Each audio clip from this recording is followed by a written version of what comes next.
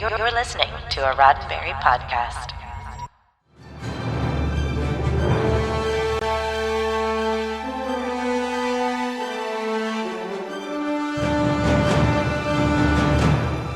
I'm a good mix of my parents. Like, my dad is always not always, but he's usually in a good mood. Smile on his face, he's like, life is short, smile, have a good time, be happy. And my mom is the hustler and the worker, and you gotta be great, you gotta study, you gotta practice, you gotta put the work in. And then, so I'm a very, very interesting mix of two of them. And learning how to blend those two is all about becoming your full realized adult self. Yep. Mike, I think we should start from here, if you're okay, yeah, Jamie, really, opening it from that, because we just got a perfect intro into you, and we have the pleasure. What's going on, Mike? What are we doing here? Well, I wanted to welcome everybody into another supplemental episode of Mission Log. Today, we welcome Jay Lee to the show. For fans of the show, Jay needs no introduction, which is great because we can't really give you one. Let's just say that you're an actor, writer, producer, musician, director who began classical piano lessons at the age of 3 and eventually went on to receive a music scholarship at Indiana University's renowned Jacobs School of Music. Don't know if you can see what's behind my head up there, but it is not Indiana University. It's the other large state school in Indiana. Then you when you left Bloomington, you headed west to start your entertainment career. Today we're going to talk about maybe a little bit of fandom, if you have any. Sure. Your background as a creative powerhouse and what's going on with the WGA and the SAG after strikes.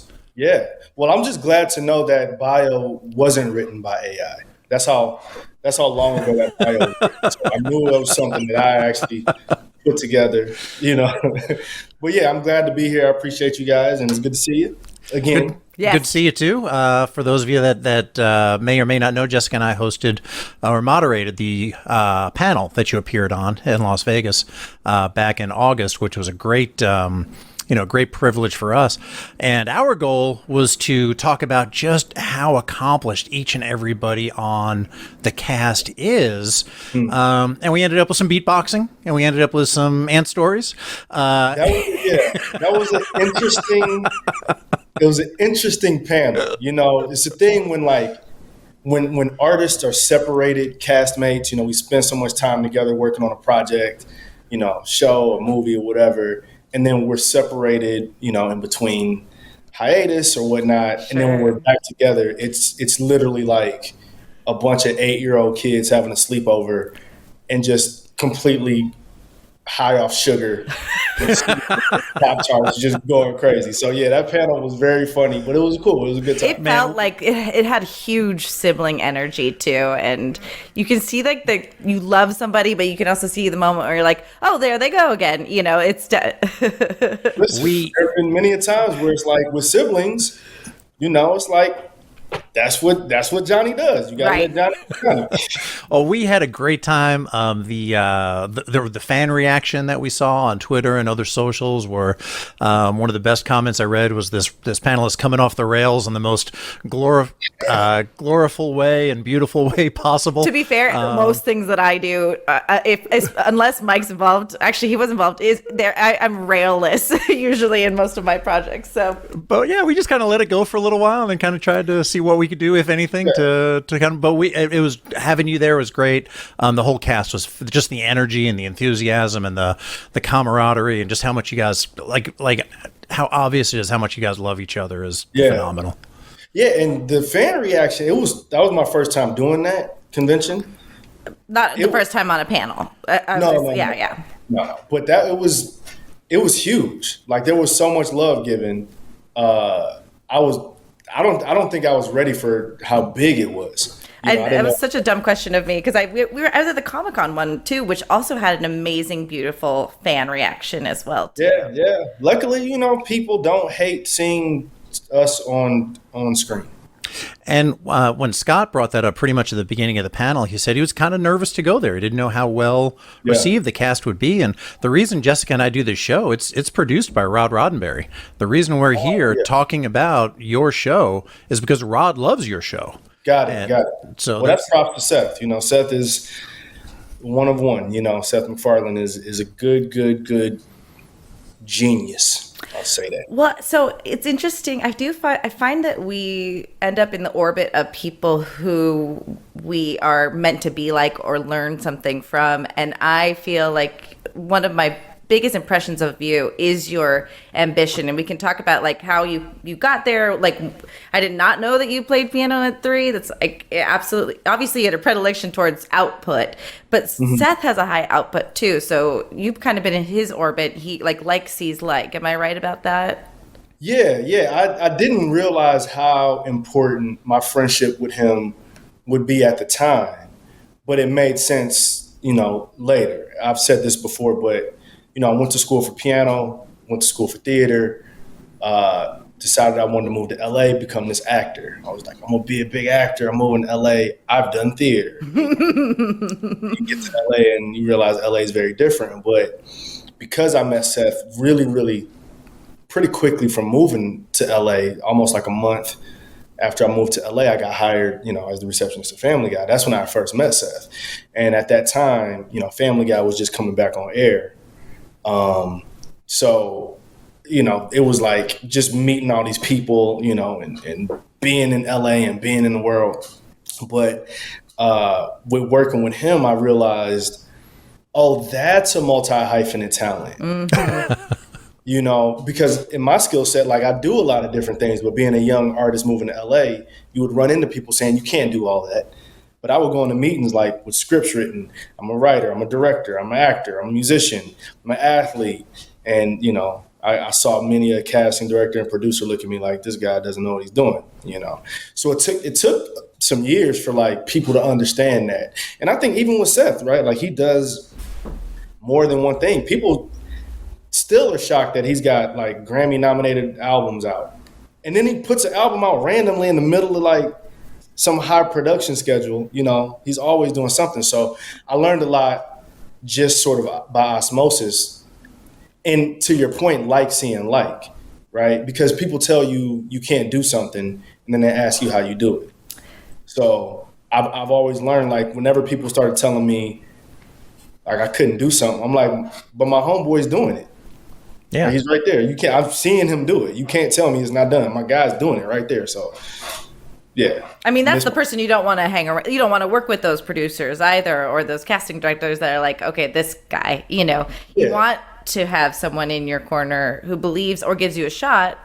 And that's a hard lesson to learn as well, too, because when you are new into the business or any endeavor, you're looking for a validation. You're looking to see where you fit. You're networking. And then you come to this realization, I think, where you're like, nope, actually, I'd rather work with these 4 people. I don't care what's going on over there. And then they start knocking on your door later. Yeah, but that's to your point about being a hard lesson. It's hard when you're young out here.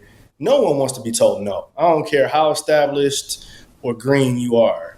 And if someone says no, I remember I did this one project, so stupid, but I had a meeting with this agent, right? My first agent meeting. And I remember something told me to get dressed up. I was like, I'm gonna get dressed up, button up shirt. So I go in, I have this meeting with this agent. This dude was such a right? It was like 2 dudes. And I remember I was talking to them and they said, you have a good energy, but you're just so green. You're so green. And I didn't even know what that meant. That's how green you are. I was like, oh no, I'm here. I don't know what you're talking about. So I left being pissed. But then years later I said, oh, I was so green, I didn't know what they meant by green. But I didn't want to sign with them anyway. But it still sucks. So every no leads to a yes. So that didn't necessarily work out, but it put me on a different path. And it fuels a fire, but that initial it makes you kind of feel, it's amazing. It does feel like crap, and then you transmute that energy for sure. I think you have, but see, a lot of people don't know how to do it. I've learned.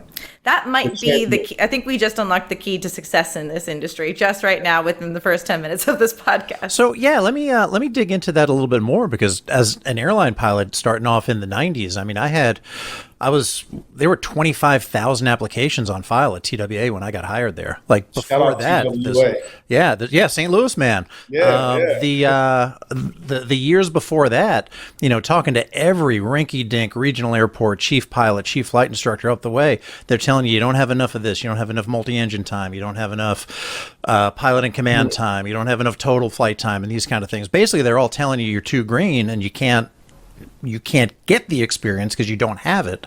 Yeah. And what do you do with that? So how did you, Jessica said you have to be able to turn that frown upside down basically and move forward. How did you do that? Is that just part of your DNA, or was that a learned skill? I think it's both. I think it's a part. I got good makeup. I come from good. Is it Goody Lee? Yeah. Or is it Mom? Goody Lee's the one who's like, I'm going to just be so cool, you can't even be mad at me. So just give me what I want. My mom is like, give me what I want or I'm taking it. So, finding the balance. But I'll tell you the story. I remember when I was a kid, it's all about where your energy lies too, right? So some of it is just makeup. We used to go to this little stupid teenage club, right, back in St. Louis, back in the day. So I'm like 14, 15, and it was like an 18 and under club. And I don't even know how we did it, but we all had like VIP passes and like to get to this club. Shout out Gary, D, Kevin, rest in peace, Brandon, Neiman, like our little crew, right? So we would go to this club and we just wanted to dance, And, you have some dudes in there that were too old to be in there who just only want to start with little teenagers, So I remember we was dancing and I was like, I'm going to the bathroom. I'll be back. So I go to the bathroom and I remember seeing these two dudes standing outside the bathroom. And I saw them when I walked in. And you could just tell they was just on some I just want problems. You can feel it. It's a full, or they're looking at you. So I got it. Just all around them, all about. So I go to the bathroom and watch my hands come out. And I remember they were like they tried to press me. They were like, what's up, Mom? What's up? And I remember I just looked at him and I said, what's up? Stop. And then I saw their face go like, what? I don't even know what to do with that. And then I just went back to the dance floor and started dancing. And I say that because if you tap into whatever the negative energy, the no's, the people who don't believe in it, now I'm fighting these two random dudes, messing up my little Tommy shirt that I bought, on sale. Or it's like, I'm not on that page. I'm trying to go dance. So that is beautiful, but it also takes strength to show up like that, though, too. Yeah, but again, I'm gonna just take less credit. I don't even think it was a mental thought of like, how do I get out of this situation, right? Like now, as an adult, you can navigate. At that age, I wanted to go dance. I wanted to go dance with some girls. I don't have time to fight y'all in this hallway. So, hey, is there something you need because Genuine Pony's playing? Well, and you can't ignore that. I've told my boyfriend one thing, that song has to play at our wedding. That's the one rule. Why are you guys over here in the hallway? You can't. You should be dancing, bro. The best part is, too, completely unrelated to what we're talking about. I think Timberland was a producer on that track, right? Yeah. He had that in his pocket for like 10 years before that song came out. I mean, you talk about genius. But anyway, I don't know if you could tell how joyful it already is just to talk to you. This is the happiest I've ever seen Jessica. I'm thrilled. And you must encourage that out of everyone you meet. And because you also are in such a collaborative field too, how does music factor into like what you're doing today? Because you are seeing success. You are on a TV show. You're doing the dream. How do you fold music into what you're doing now? There are countless sort of blessings music and piano has given me over my life. Right, that applies to my professional life, my personal life. One of the biggest ones is discipline, though. And the thing about that piano, and I've said this before, if you don't practice it, you're not going to be good at it. And my teacher growing up, Sister Alice Eugene Ty, again, rest in peace, literally heaven sent. She was a nun, one of the most powerful people I've ever met. She would always say two things: never rest on your laurels. And as a kid, I didn't really get that, right? Never rest on your laurels, and you got to do the nitty gritty. So I would do these competitions, and I'd play and I'd win. And as soon as I finished, on the way back, we'd be driving from another city. We'd start a new repertoire and start with scales, start with the basic stuff. We work on a page for hours, just one page, one hand, one voicing. That level of detail has completely helped me stay focused no matter when things are up, when we're in production and money's coming in and the show's on the billboard and everybody loves your stuff, or when it's a pandemic, or when it's, a strike, or when it's in between seasons, or when your show doesn't go, or when your movie gets canned, or when you don't get a project.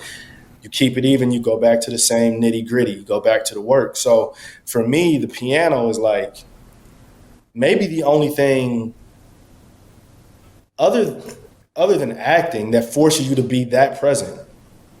Like I can't be thinking about what did I eat if I'm playing some crazy passage. You got to just be focused. So I think the discipline of, you got to practice every day. You got to wake up, you got to practice, you got to do the work, or you're not going to be able to be successful. That I think is a huge, huge sort of takeaway from music for me. And that translates positively to other aspects of your life. Also, you mentioned your acting.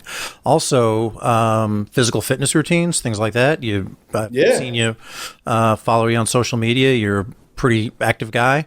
To that point, I never considered myself like a fitness dude, right? I just so happen to go to the gym 7 days a week. Just so happen. And it took somebody else to say this to me, because I went home to St. Louis for something, and one of the assistant coaches of the basketball team, I've known him since we were teenagers, and now he's on staff. Every time I go home, I get a workout in, I put up some shots, I see the school, and I had on like this whole Nike dry fit, like complete just, workout outfit. And my buddy was like, man, are you getting ready for like a superhero movie or something? Like, you're in good shape. Oh my like, gosh. Oh no, I'm not like, I just kind of do this. And I say that to say not like it's easy, but my routine is the gym is a part of it. So gym 7 days a week, music 7 days a week. Gym about 5 days now. And then I hoop once or twice a week. Piano every day. And if I don't, something's off. Yeah. Wow. So when they call you for that superhero role, you're ready to go. Like, if you stay ready, you don't have to get ready, Mike. Exactly right. Yeah. I'm already beating up the bad guy. See, I say the other way around. I go, if you wait till the last minute, it only takes a minute. Oh, that's actually pretty good. Yeah. I mean, there are different philosophies, right? Where if you know your penchant, you sometimes have to get away of it. I definitely am a procrastinator and experienced the I just saw a little success, I'm gonna sit down and play video games, and then the success started tapering off, and there wasn't another thing in the can. So I think that's beautiful advice to anyone in whatever stage of their career they are in. To your point, Jessica, there's one thing I learned about myself too, right? Like, how you do anything is how you do everything, right? I've said before, I don't like my cup to be empty. If I'm at a restaurant and I have a water cup, I don't. It's a weird thing to drink all my water. But it's also a hazard too, because God forbid you choke. As I was a server for 10 years, you never let the cup go empty. That's why you bring a new cup, as opposed to take the cup away from somebody. So it's actually it's a literal hazard. Oh, I didn't. Well, I just learned something. Yeah. But for me, like the way I enjoy eating my food, once I get my cup, if it's below half, I need to refill it. So if that's a project, if I'm halfway through writing a script, I'm like, because eventually you're going to finish the script. And not to deviate focus, but let's line up the next thing before this one is done. Because this is this one's moving now, right? Like you don't get you don't get ready for the summer in the summer. I know if you wait to the last minute, you only have a minute. But You're not going to fit in that bikini, though. Or you can, just depending on what size you want to be in. listen, you just have to wear the bikini that fits or the shorts that fit. But for me, I'm like, oh, it's November. I should probably get on it now.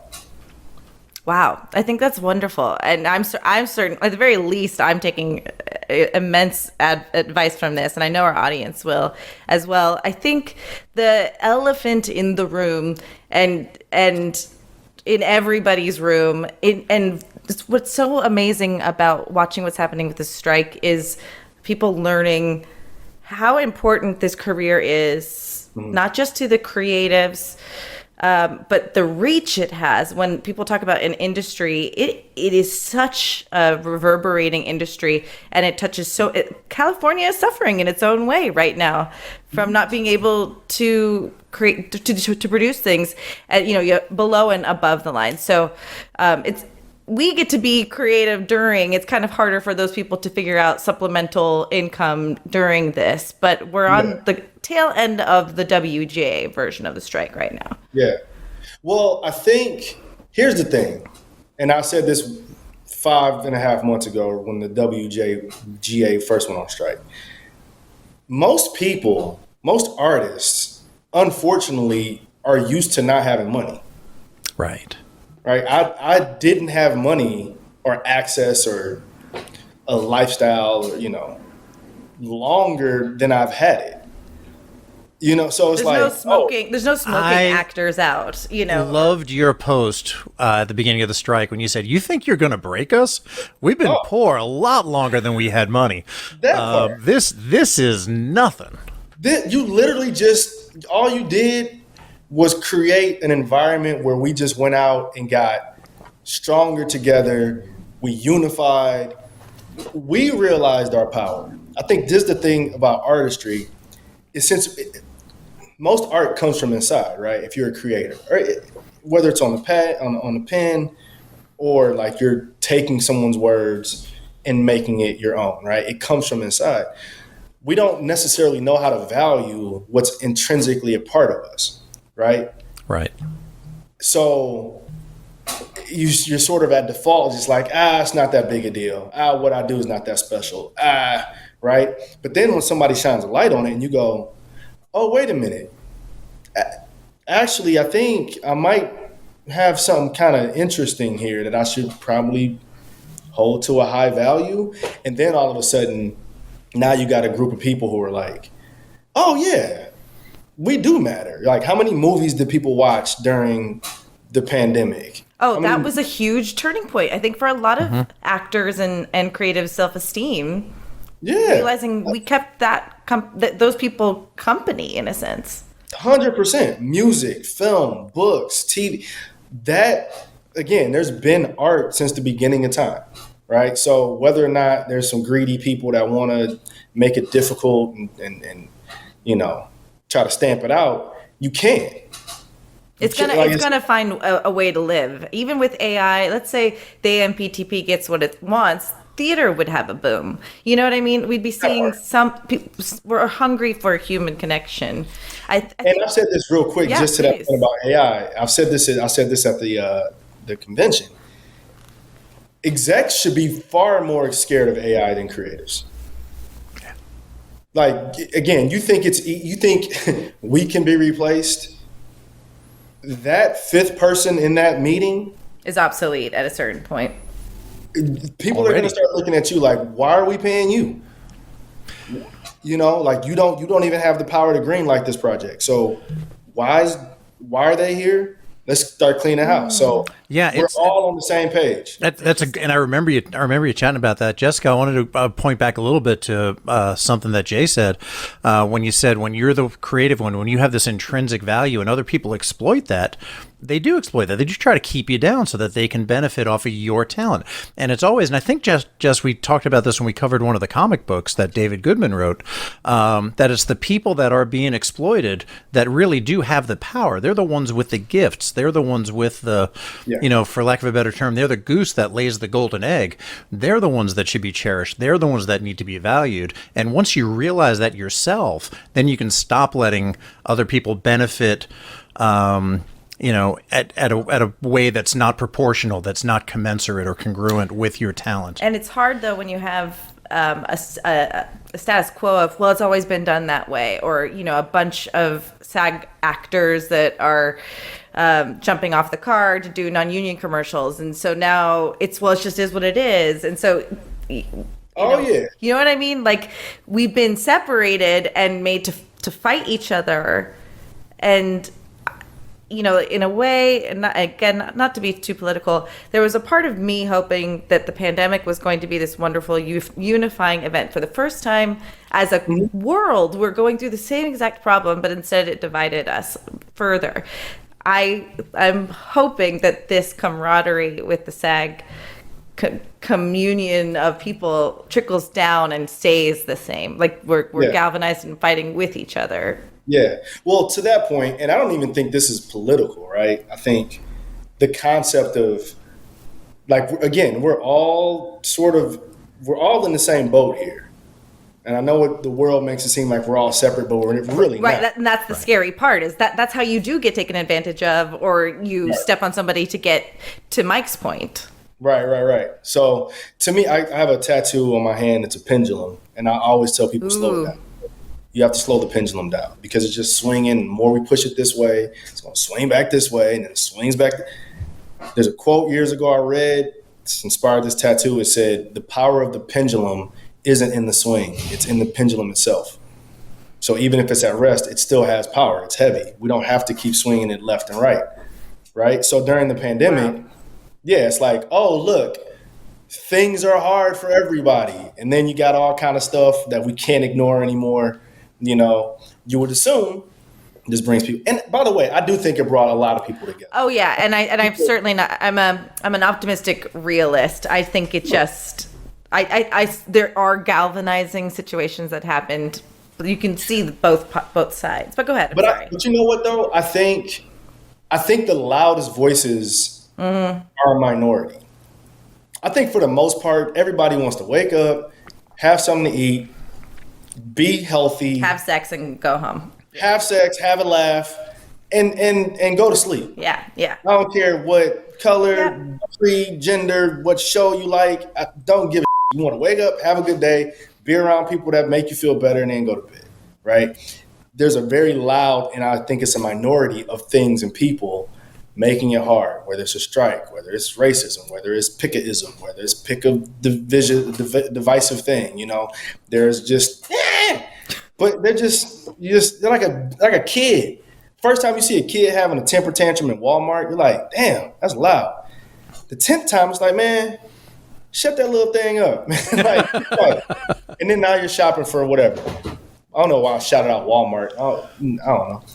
I mean, I think we've all experienced the screaming kid at Walmart. Last time I was at a Target, actually, there was a kid who was doing the Michael Jackson hee-hee, and I thought it was another woman because I didn't realize it was a child, because I would have done something like that. Love this kid. I just want you to know, love this kid. It was amazing. And then all of a sudden, I'm like at the checkout with my boyfriend, I'm like, I realized it's a child, and I'm like, why? I had an image of me doing it for miles in the store. I know, it's amazing. By the way, random hee funny. I just saw a thing I reposted today. It was somebody made this video game. It's a first player POV game. So, you can just see yourself running, and it's just, you're in a building, whatever. And every time you turn around, there's like this image of Michael Jackson, and he's like, hee. No. But as he gets closer, like you're trying to get away from him. As he gets closer, it's like, hee. Then you run around the corner and it goes away. And you turn around and you say, hee. It's terrible. I feel like this is Michael Jackson never runs, but he always catches up, like Mike Myers. Jessica, are you going to stream that on your Twitch channel tonight? I don't want to. Oddly enough, it's oddly very scary. Well, to be fair, also the clown stuff from a show that we're not allowed to talk about really freaked me out, and that it's just it didn't work for. It's not, I don't need those kind of scares in my life to be reminded that I'm alive. I don't like clowns. What? By the way, not to talk about that, but I was glad I was able to do something that way because I had the idea how I wanted to do something, and I remember what. I think we can extrapolate without saying it, but specific. I'm glad that you were able to too. Yeah, not my thing. But sorry, back to art. Nope, we're killing it. And understanding your value. Artists, we would do this for free. If you told me when I first moved out here, I had to pay to be in a project, I'd do it. We all would just give it away. So true. So, and I think now it's like, wait a minute, we're actually pretty important, and it's okay to realize that. Because anyone else in their career, this is something I like to share with people that are, I'm sure you have a support group of people who like help you that are like on the same level as you creatively, like to remind you how great you are. If you need like that moment of like being bolstered, or I used to work at an acting school. Like it's hard for our friends and family to understand what this career entails because it's not like a straight ladder forward or up. Because it is one of the things that I've been thinking about since we've been talking too, and it doesn't sound like I'd be curious how your family was supportive of you in this endeavor. But we also get like feedback from friends and things too that this career is like a joke, or even like our peers are like, well, you shouldn't say you want to be a famous actor, or you have to qualify. I don't know if you've experienced that, but like qualifying or tempering your dreams so that you don't make other people uncomfortable. Yeah. So it's a mishmash thought of like, how were people in your life on your trajectory, or did that ever get to you? Or yes, but also I was very fortunate that the things I really wanted to do and the things I was good at were in alignment, right? So it just so happens that the things that I have been blessed with, whether it's music, or language, whatever, this is the industry that works for that, right? So, you might be 7 foot and you want to play basketball, but you're a great teacher. And if you're not fortunate enough to understand what your calling is, then it might be kind of difficult, right? So because of that, I think I've been surrounded by a lot of people who will tell me the truth, but also recognize, you're, as I call it, in your light. So we're gonna fan that. We're gonna support that. We're gonna push that, And I got people who in my life who will tell me if I got something in my teeth, And you need them. Yeah. They're extremely important. I got a think tank of people every time I write a script. Shout out Ahmed Best, shout out Jason Kelly, shout out my boy Spencer Porter, T-Tara. I got people. I send my script. I'm like, let me know. And we don't have to spend 30 minutes on why you love it and why it's great. These work. Here's what you can fix. Here's what you can punch up. Here's what's confusing. So I think I've been really blessed to have people in my life that support me in a way that works for me. And then also, because I come from Carol Lee, either be a part of the solution or get the out the way. Right. Because we don't have a lot of time to be explaining why I want this the way it is. I just nothing to prove to anybody. It's amazing. One of the things I just pulled out of your comments reminds me of probably the best definition I've ever heard of self-actualization, which is when what you are, what you're good at, and what you do, kind of those two, that Venn diagram, looks more and more like a circle. When your gifts, your talents, your skill sets that you honed and built and created and worked so hard on match perfectly with what you want to do and what you have the opportunity to do. That I think is the dream. And I think if more people knew to work towards that, they'd be happier. I just don't think a lot of people necessarily know that that's the goal, that's where they should try to end up. I think that's such a great point. And I also think that's the rub, right? Like that's the hardest part, because in the industry, the world is changing, right? The industry's changing. When I came up, I wanted to be an actor. I wanted to be famous, right? In your mind. Do you really want to be famous though? I don't know. Because now everybody can be famous. Anybody can be famous. But that's not satisfactory. That doesn't fulfill you. I want to be rich. I know a lot of miserable rich people. That's not really it. You know, I want to be known. Okay, people know you. Oh, that's not it. So I think the beauty is like, what do I want to give?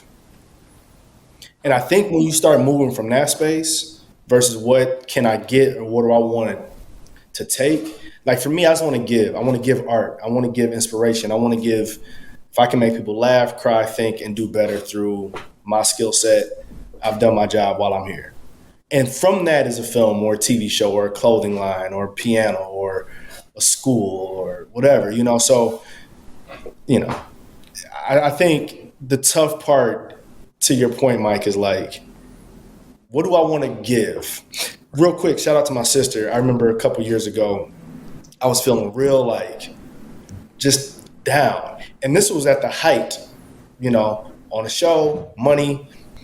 And I just felt like, just feeling like nobody's inspiring me, you know, like I'm not really learning nothing new. You know, I'm kind of around the same, like, just don't feel right. And I felt like I was giving a lot, right? I was giving to people, and not just like physical, monetary thing, but giving of my energy, my time, my thoughts. And I was on the phone with my sister, and I was explaining this to her, and she goes, "Oh yeah, it sounds like you're being called to give more." And I was like, "Nah, I don't think you heard me. I feel like I'm not getting enough. I'm giving a lot, but I'm not getting anything." And she goes, "Yeah, you're being called to give more." So from that, all of a sudden, things shifted. Huh. So, yeah, but it's tricky. Like, cause we grow up saying, what do you want to be when you get older? And I think the question should be, what do you want to give to the world? I mean, what a beautiful way to phrase it too, because I think sometimes what you're called to do or how to do it can shift, but what you want to give, I think that's got to stay static to some extent. That part. Yeah, because the things are going to change, right? Because you could come up to the artists out there. You could be like, I want to be on the show that I'm on. You'll get that opportunity. And then what? Am I going to be happier? Am I going to feel better? Yeah, maybe not. Maybe. You probably will, but that's where it's... For a little bit. I tell people this. They don't tell you when they take your billboard down. Like, they don't call me when the come down. So if one day I'm driving, I'm feeling myself, oh, look, I'm on a billboard. Next day, it's down. It's a whole new set of something, and it's not you. And no one asked for me to approve it. So, like, you can't chase that, you know? Like, when it's up there, great. When it's down, great, cool. Let's keep it pushing. Yeah, and in a world where the question, what do you want to be when you grow up, is becoming more and more unanswerable. 75% of the kids that graduated from my alma mater took jobs, were hired into jobs that didn't exist. That position did not exist when they started college. The field did, that area of industry maybe did, but that position title didn't exist. So what kind of work do you want to do would be maybe a more broad question. Yeah. How do you want to give? How do you want to leave your mark? How do you want to make an impact? Are probably better questions to sort of frame what do you want to do with your life? Maybe, that might work. Also might be all the way wrong, right? Like maybe I got it wrong. Well, I mean, if you ask any kid what they want now, they just want to be on YouTube or Twitch, honestly. But if you look at that, like if you peel that layer back, what is that, right? I want to be on YouTube. What? I want to make a lot of money. What? I actually don't want a boss that doesn't understand me. You'll get to a sort of beautiful reason. Yes, and I certainly didn't mean to insinuate that it was a iTwitch stream, right? And it's definitely can be everything has its motivation. It just might be misguided as to the reason why, I think. Yeah, I haven't gotten into the Twitch stream yet. Like I think. Do you play video games? So I did, but I quit. Smart. I probably should quit too. There was a moment it was an old friend of mine. This will tell you a lot about me. Tell you a whole bunch about me. We used to play Madden, right? And this is my old roommate. He moved out, whatever. We would play online. I would kick his ass every time. Are we going to shout out to this person so they know? No. Nah, so it was just like, I'm better at video games than you. And that's fine. You're better at things in other areas. But when it comes to video games, I'm just better at you. Whatever. So we would play, and we play like 2 or 3 games in a row. 3-4 hours and passed. It's like 1 a.m. Third game, I'm bored. I'm going on for it on 4th and 40. Like, I don't care. I'm playing with random teams. And then he'd win, right? And then he'd go, told you I'm better than you. And I'm like, bro, stop. Okay. So this one time we were playing, and he made me so mad because I've been beating his ass for so long. I don't even know why you're saying this nonsense. So we play. Same thing happens. I beat him 2-3 games in a row. He's like, run it back. I bet you I win this time. All right, he beat me, and he's like, yeah. I said, just walk away with your win. Just go to bed. He's like, no. I said, okay. I was so focused on this game. Like, I beat him something terrible, like 50-3 or something. Oh, my God. It was so unpleasant and not fun for me. I beat him.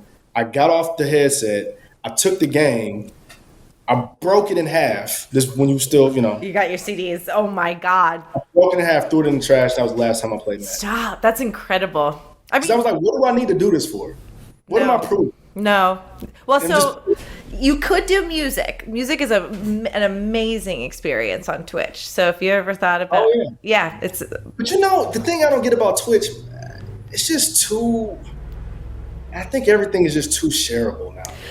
so kind of what you were talking about, like fame can come in so many different ways. And I wanted to be a famous actor at one point. And that's like one of the ways you start in the business, right? It's like, well, I'm going to be famous. I'm the best. Da, da, da, da. And sometimes that kind of like bold confidence is helpful to it. Like even what you don't know, you can kind of learn it more quickly if you believe you're good enough to do it. Mm-hmm. Every now and then I'll like see someone who just became immediately instant famous on TikTok who does great VO or whatever.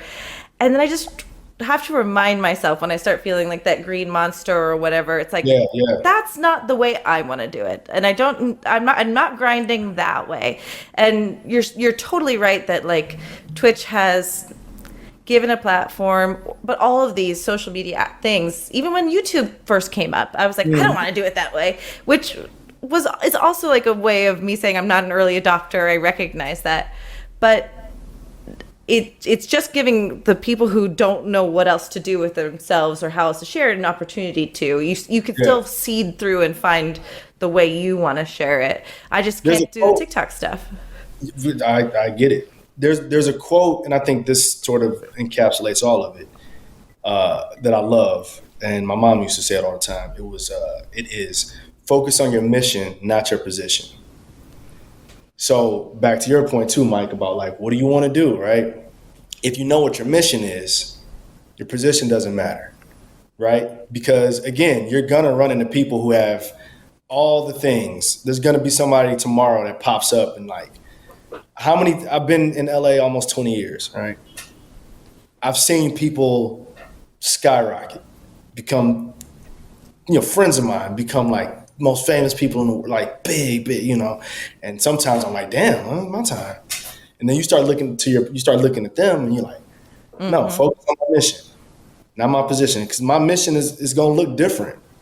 So that always helps me because it happens to me too. I'll see a project. I'm like, damn, I didn't even get a call for that. Right. Yeah. Right. I'm stealing that because, or hopefully with your blessing, using it. Mike, because you invented it. That's as a, I'm going to put in the show notes. I invented it. But no, as you know, with my industry, there are a lot of people that do focus more on their position than on the mission. And when our mission is to, serve the traveling public, make sure everybody's safe, make sure everybody's well taken care of, take care of your crew, take care of your passengers, focus on that mission, not your position of being the one in charge that everybody has to listen to. And that's sorry, just real quick to add to that. One of my favorite restaurants I go to, I'm cool with like the managers, chef, bartenders, and they show me love every time I go, right? I just love going there. But there was one time, and I consider these my friends, right? So I'm at the bar and they'll serve me, give me a drink, food, whatever. And like one time I ordered something and it was, they could tell I didn't like the way it was prepped or something was just off with it. And I was like, oh, I'm going to eat it anyway. I come here all the time. It's not a big deal. I'm going to overtip. I just love it here. And my friend, who's the bartender there, he's like, no, take it back. I'm like, I don't want to, piss chef off. It's all good. And he said to me, he goes, no, my job is to make sure you have a good evening. And he's like, I'd much rather you tell me it's not good or you don't like the drink. It makes you feel better.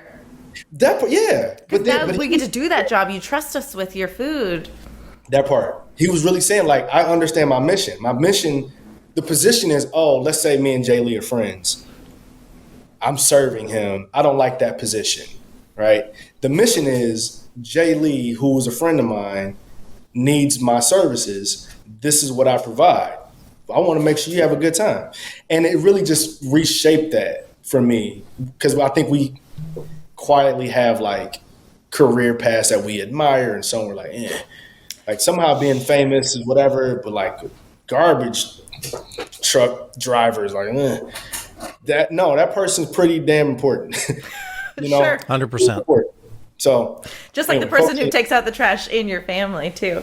I'm just kidding.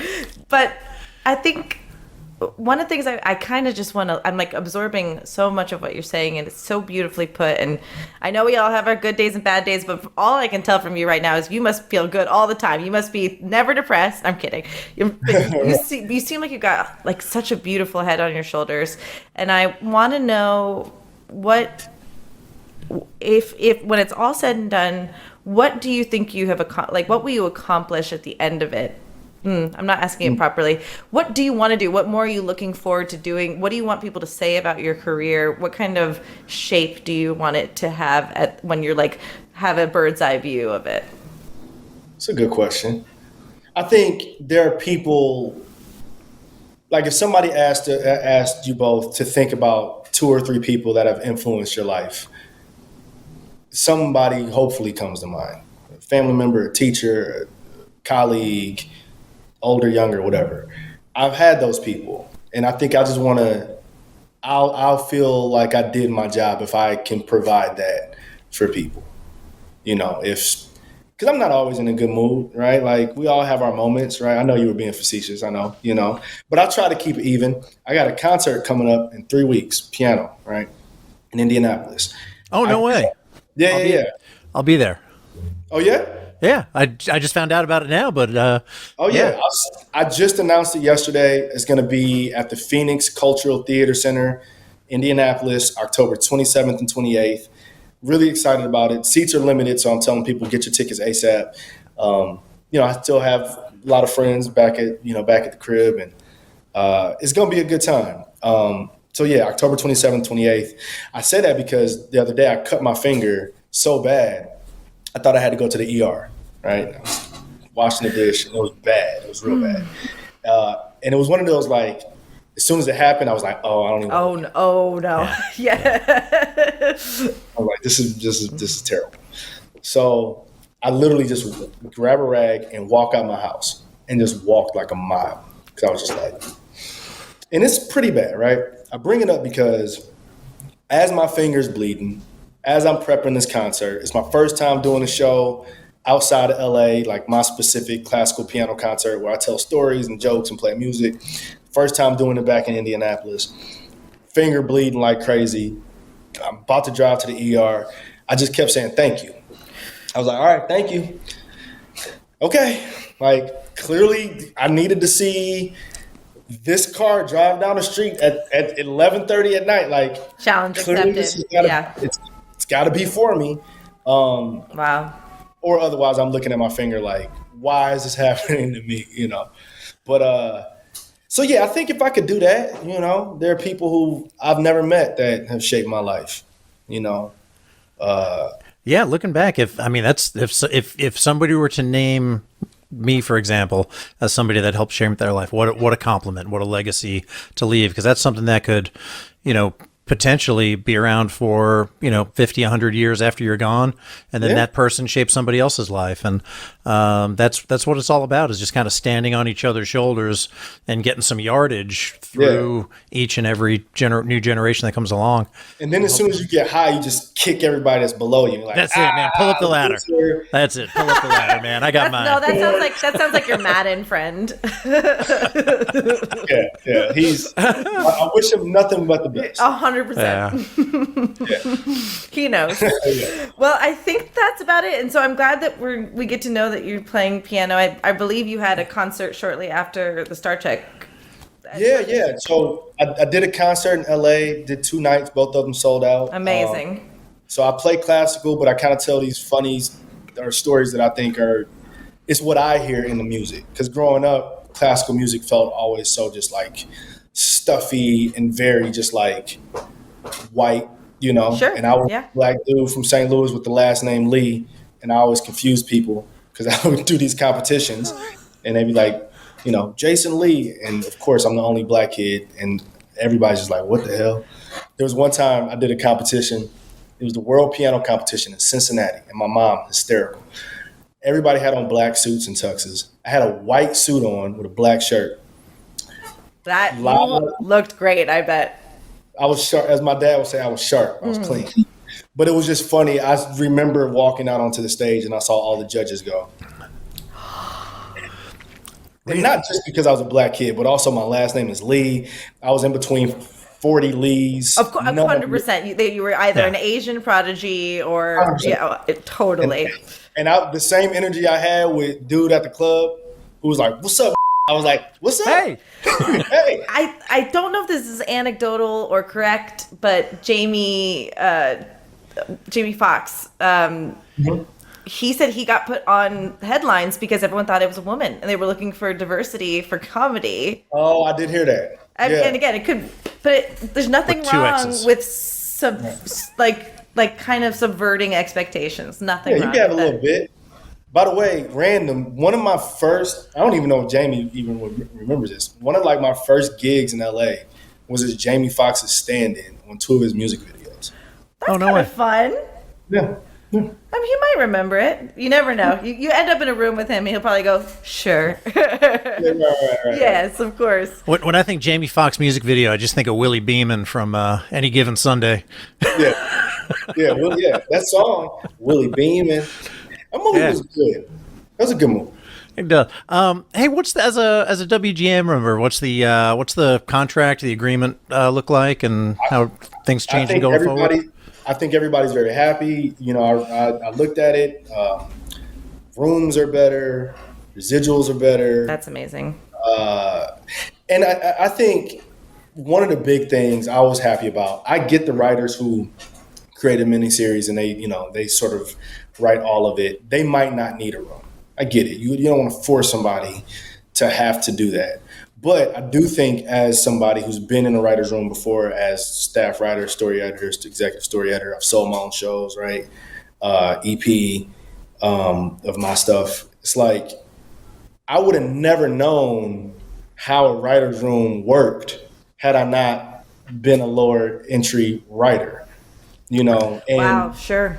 I never would have known that. So I guess the world has shifted with these sort of pre-greenlit rooms. And again, it's just going back to not really valuing sort of those positions, right? We need those positions, right? We need the young, fresh perspective. When you have a show or a concept, we all have a blind spot. So you need new voices and thoughts like that. So to all my young writers out there, please fight for it and get in those rooms because you're actually very much needed. I know there's like the hierarchy in the room, but we need those entry-level writer positions in a very real way. Yeah, that's great. I love hearing that with, and again, with my field, which is dominated by, over 50-year-old white guys, to have the interns in the room, to have the young safety analysts, to have... By the way, spoiler alert, That's how my industries run too. Oh yeah, I know. And like you said, they could be replaced. No, we're not- What's my whisper side? it's okay. Seth's not 50 yet, so. No, we got a couple of weeks. No, I know. Because the thing is like, you can lop all of them in this category, go like, okay, that's like this over 50 white dude thing. That doesn't mean there aren't amazing men in that category that serve and also listen. And, you got Mike in that category, who is working his best to change the face of that industry, too. Listen, I woke up the other day and I was like, and this is going to sound like a joke. This is not a joke. I'm going to cover my mouth so I don't laugh. I was like, man, who's not getting enough love? 50 and up white guys. I'm gonna tell you, because pendulum, right? Everybody catches it. White dudes have had a pretty good run. I get it, right? So it's easy to be like, no more of that billionaire white guy, and then it comes this way, and it's gonna catch everybody, right? Boom's gonna come back up. I just think we all need it. We're all just 5-year-old kids who need a hug. That's it. I could not agree with you more. Mike needs a hug. I could use a hug. Mike, I'd hug you. We could I'll hug you back. We could end every ism. Us three here could just end it right now with just a group virtual hug. All right. Okay, you can make it look like you're doing it if everyone leans one way. There we go.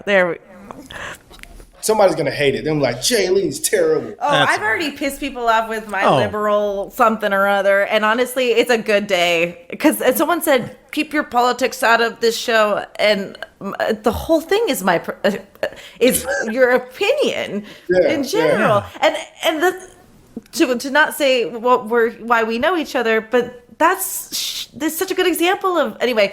It talks about things that need to be talked about anyway. I know it's a good day when I've irked somebody, and I know they're going home thinking about it later. That's all. Yeah, when people want. say, keep politics out of, mainstream, televised, episodic science fiction, I just got to say, like, since when? Like, it's pretty much make it make sense. Been a metaphor. That's one of my favorite phrases. You might as well tell people. There's a phrase I love. I forgot what song it was in. Some hip hop song. No, it was anyway, the lyric is "Shut up when you're talking to me." Closer to the edge, I think that's the song. Yeah, shut up when you're talking to me. Yep. Or no, shut up when I'm talking to you. I like shut up when you're talking to me. I like that one too. It makes no sense.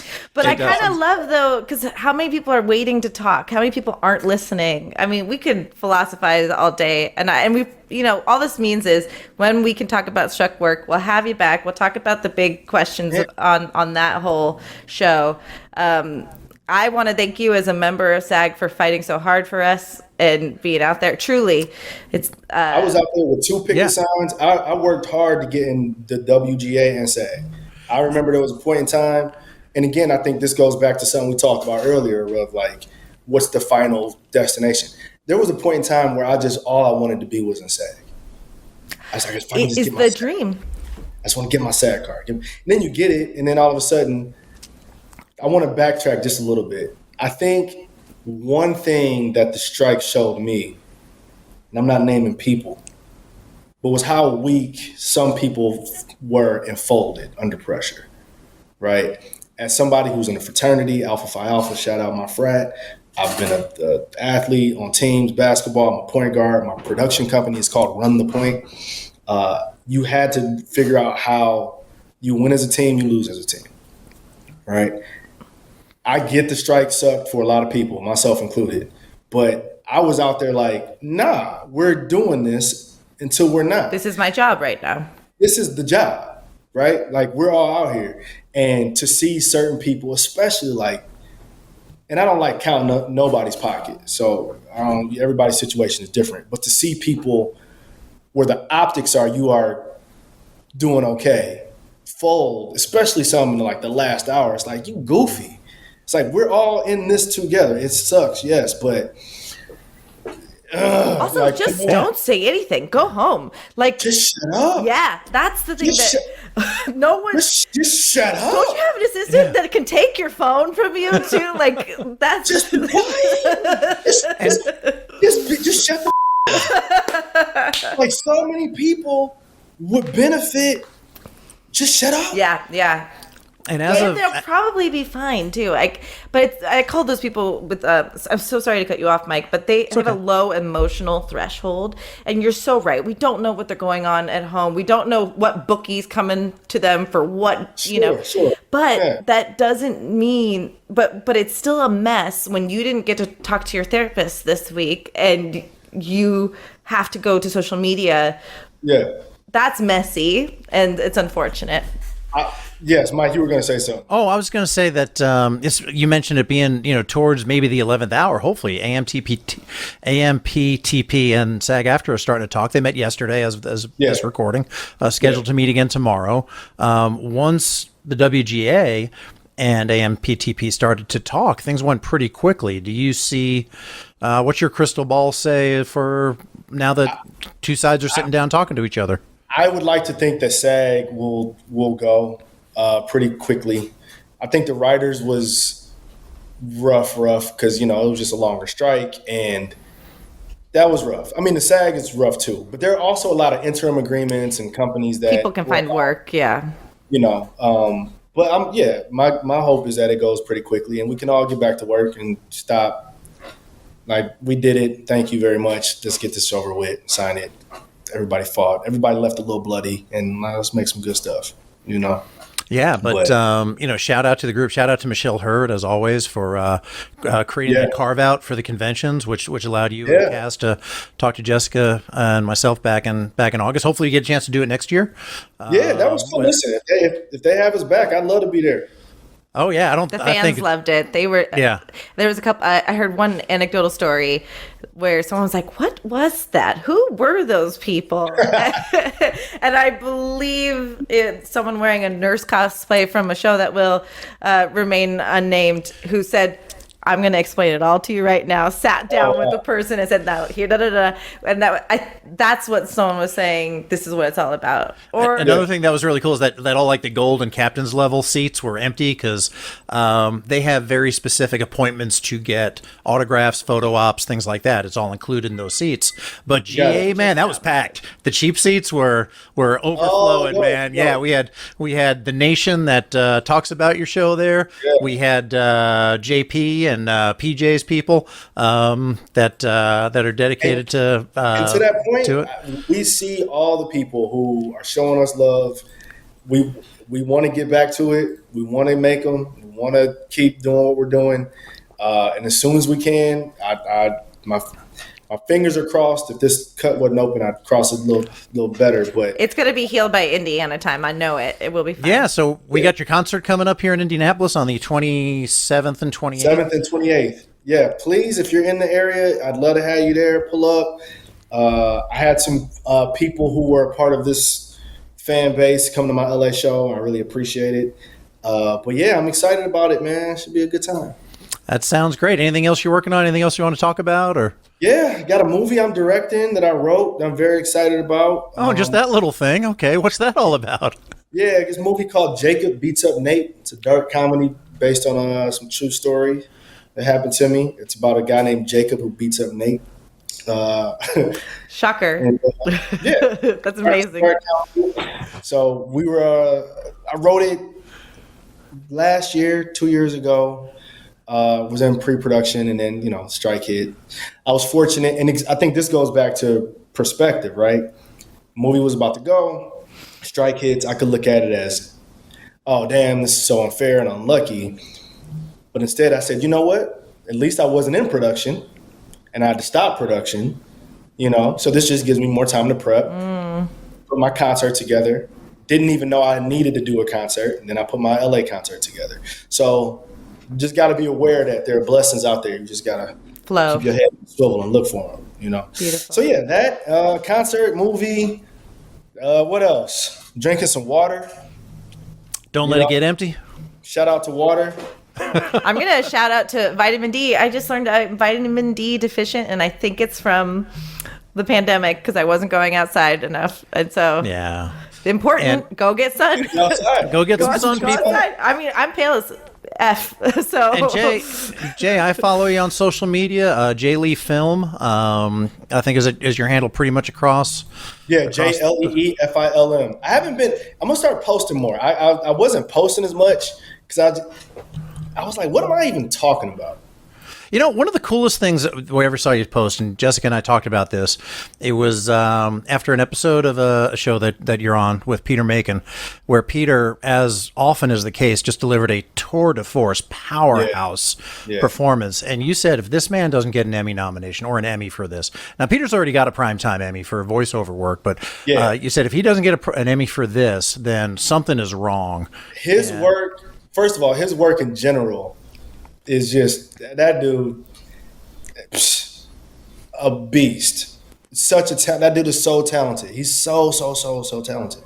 But his work in the show, but that episode, I was like, we watched it at Seth's house, I think. Seth has a very, very small outside theater. Like a 13-inch color TV or something? You could barely make the graphics out. It's so small.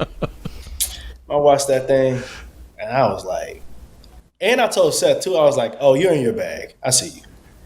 Because, when we're doing it, you don't get to see the final product. And then you see it and you go, oh, this is different. This is that. But, yeah, Peter Macon, man, every day on set, I learned something from him. And his work on that episode, Chad Coleman, too, unbelievable. I think, to Mike's point, every time I see a post from you, which I'm in the same boat, sometimes I'm like, who am I talking to? I see positivity. I see someone who's also like reminding yourself that you're going for it. And so you do have a very strong impact on that, on your media. So you know what? I appreciate you saying that, because I think sometimes the optics get lost. I get in my own, Or you get like 5 less likes, or there's so many people dropping off of Twitter, so you're not like getting. I know that can affect me too. Yeah. Like, is the algorithm reaching? Oh my God, it's so much. Go ahead. I'm sorry. No. I was just gonna say, then you let go of it, and you're like, who cares? But the coolest thing about that post that brought it up, and Jessica, you're the one that brought it up in a previous episode, was that you weren't talking about yourself. You weren't trying to bring attention to yourself. You weren't trying to say, look how great I am. You were saying, look at this person, this colleague that I work with, and how awesome they are, and that everybody else needs to see that too. And I think that really just sums up what I've learned about you through this conversation and previously, and getting to meet you briefly in Las Vegas. It's just an absolute honor and a privilege, and I learn so much every day because I start off kind of dumb, so I've got nowhere to go but up. But thank you so much for being on the show, man. It has been just an honor, and I'm going to I'll take this conversation with me seriously for the rest of my life. Thank you for being here. No, thank you guys. I really appreciate it, and keep doing what you're doing. Seth hit me up and he told me, I was like, absolutely, because he loves you guys. He immediately texted me, But yeah, I appreciate what you guys are doing, and I hope to keep doing this, and we can eventually get to talking about, all the stuff. Sure. Totally. Folks, you can get involved with us in so many different ways. We're on Twitter. We're on Facebook. You can look at the liner notes of the show if you want to find out, because I'm even afraid to say the name of the show at the moment. We don't even know what show. No. Our email is there. Our Twitter is down there, maybe over there. Mission Log is produced by Roddenberry Entertainment. Technical production by the effervescent Earl Green. Our website and your opportunity to get in contact with us is podcast.roddenberry.com.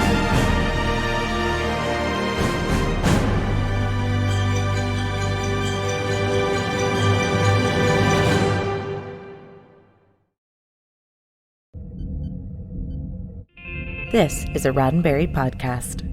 For more great podcasts, visit podcast.roddenberry.com.